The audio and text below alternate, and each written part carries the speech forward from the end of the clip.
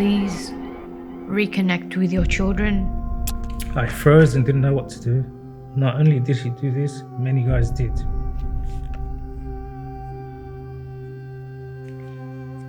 As a parent, this is the last thing that you'd want to hear happen to your daughter.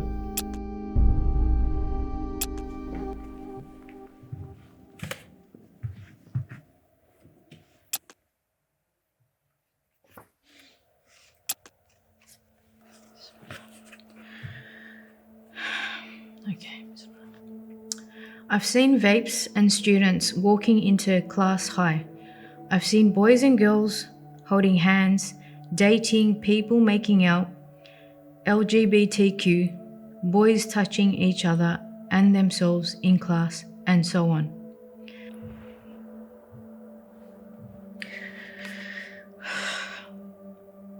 Okay. As a parent, parent to parent, please reconnect with your children. Please spend time with them. Please get to know them. To think that I may know, or you have a child, or even myself have a child doing these kind of things, honestly breaks my heart, because it means that we are failing in providing the correct tarbiyah, the way to parent our children with ihsan, with excellence. And it honestly breaks my heart, because subhanAllah. My sister had an excursion to a theatre. The play explicitly referenced and acted out scenes of a sexual nature between a man and a woman.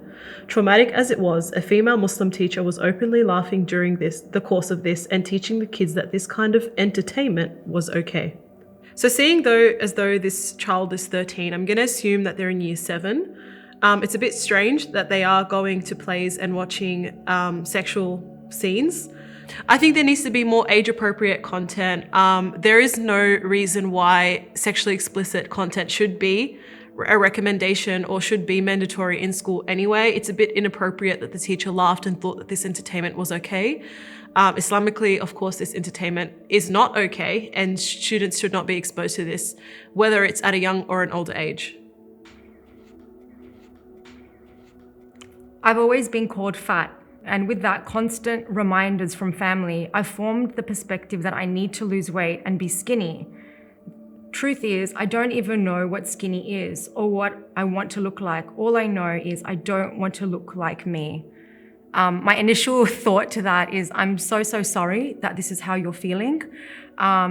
It's sad that the people around you are not supporting you in who you are and your health. Your health is what matters, not what you look like on the outside. Of course, what happens on the outside is a reflection of what's going on the inside. But I think what's really not right here is the fact that people that need to advocate for you the most, that need to build you up, are kind of saying words that are tearing you down. It can feel sad and lonely, but the truth is we have to be our best friend, and we actually have to cultivate our friend circle. And that doesn't have to be always family. Sometimes family is limited in what they know and how they know how to do things. So we actually need to go and do that. Look at it like a big, beautiful adventure. Where can I cultivate people that are going to advocate for me? And I want to do that for someone else. For the parents, what I'd say is, when you're noticing your children are doing things that are not honoring them, it's not the best that you want to see in them, using words to build them up, just like a building, and not using words that are going to tear them down. That's really, really important. And if you're not sure if it's how it's going to come across, pretend you're your child and kind of say those statements to you and think, is that going to motivate me? Just imagine if there was like a basketball coach and they were like, oh my God, why are you shooting like that? How come you're running across the court like that? Do you think that's going to be motivating? Or would something like, oh my God, you're doing fantastic. Come on, let's practice again. Oh, you did much better this time. Just have like a feel of what you're saying in your own body and in your own mind, and think, is that motivating or is it really demotivating? I had a boy best friend, and he touched me in places I didn't want to be touched.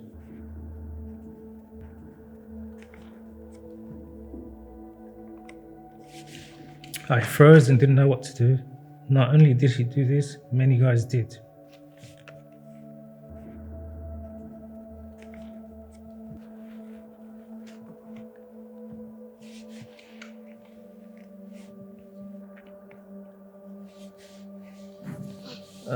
Okay, so this obviously has made me feel very upset. And the reason why it's a bit sensitive is because as a parent, this is the last thing that you'd want to hear happen to your daughter. Regardless of if you're a Muslim or not, this is just unacceptable behavior, and it's illegal behavior. I was walking to school with my sister when a group of boys approached us. My sister ran away, and one of the boys grabbed me and hugged me. Despite me pushing him away, I can still feel how scared I was. As a Muslim who has sisters and whose sisters go to school, personally, this makes me feel very angry and very frustrated and disappointed at how the boy acted in that situation. What made you think this was okay? What made you think that this was a appropriate thing to do? What made you think this was an alright thing to do? Because as guys, we might not understand it, but we are very intimidating to the girls out there.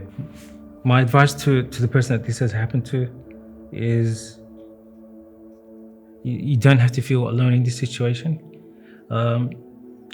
Never feel that you are responsible for something like this. You never are, even though people may try and shame you by claiming that you are partly responsible because you chose to be with the boy. That is a completely separate issue. And I'd like to give advice to the girl that you're not alone in this world. You have your brothers, your sisters, your fathers, and anyone to talk to. Even at school, you have counselors. You need to reach out because this burden can't be just held by you. It's a very difficult situation and a very traumatizing thing to experience. And I would really encourage the sister to go out there and talk to people about it. The issue at hand is what's happened, and what's happened is serious, and you need to tell your parents, regardless of how uncomfortable it may make you feel, and you need to tell somebody at the school, again, who's responsible for welfare, somebody you feel comfortable talking to in the first instance, and that person as a mandatory reporter within the school will then have to report the incident. Don't worry about what may happen to the person who's done it. The main issue is that you've been hurt in a way that is unacceptable, and that person who has hurt you needs to be dealt with quickly and by all the laws and procedures that follow incidents like this. A poster was made and put all around the school in celebration of Purple Day, a day for LGBTQ support. They put a hijabi on the poster and the Muslim students were not comfortable with that. However, nothing was done for us when we voiced our concerns. So, look, I feel really proud of this young girl. She's tried to do something about the situation because obviously she's felt quite hurt. I know it may be frustrating to feel that your voice isn't heard, and I know it may be challenging, especially in today's day and age. But you have to understand that the climate that we live in is always going to challenge us. It's going to challenge our narrative, challenge our positions, and challenge our beliefs and ideologies.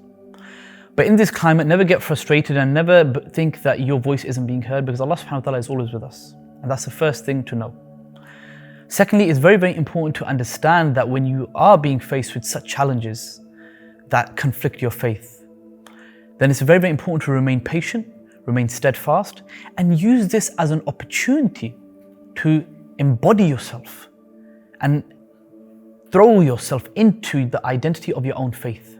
To have someone take a symbol which we see as a symbol of purity and chastity, and then have that associated with a narrative that, obviously has a certain level of what we would call facade associated with it. This is something that obviously would hurt us. And, I just want to commend this girl for actually taking action, because unfortunately we find a lot of people, when they see things going wrong, they don't try and speak up. Wallahi, I've been there myself. I've been in front of 20, 30 non-Muslims at college mocking Islam. But it did something great for me.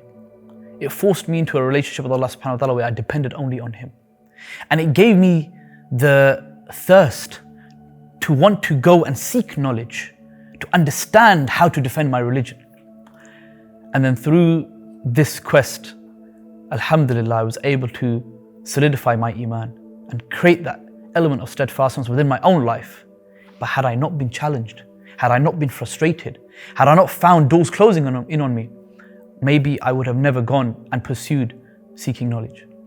So if you see a challenge like this, Muslim students doing nothing about it, your frustration is now an opportunity for you to go on a quest to become better. May Allah make it easy for you and all of us. Ameen ya Rabb.